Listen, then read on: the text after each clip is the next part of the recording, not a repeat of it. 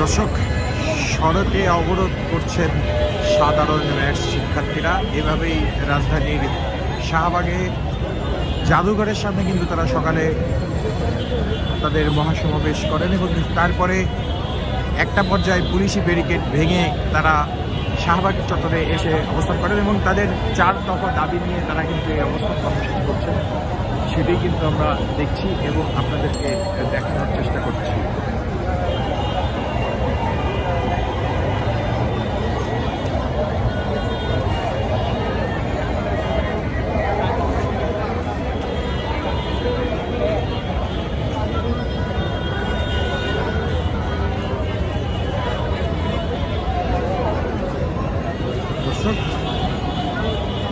রাজধানীর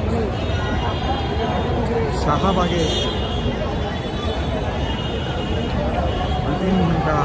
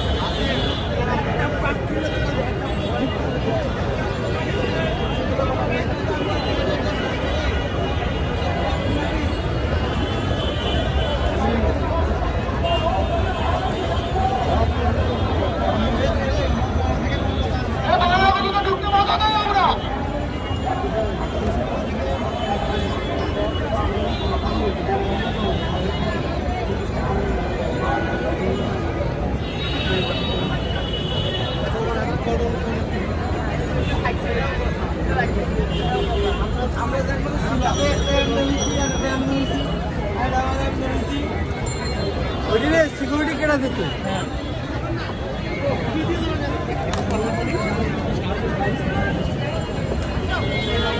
আপনি বাইরে ওই দিকটা ঘুরে আসুন।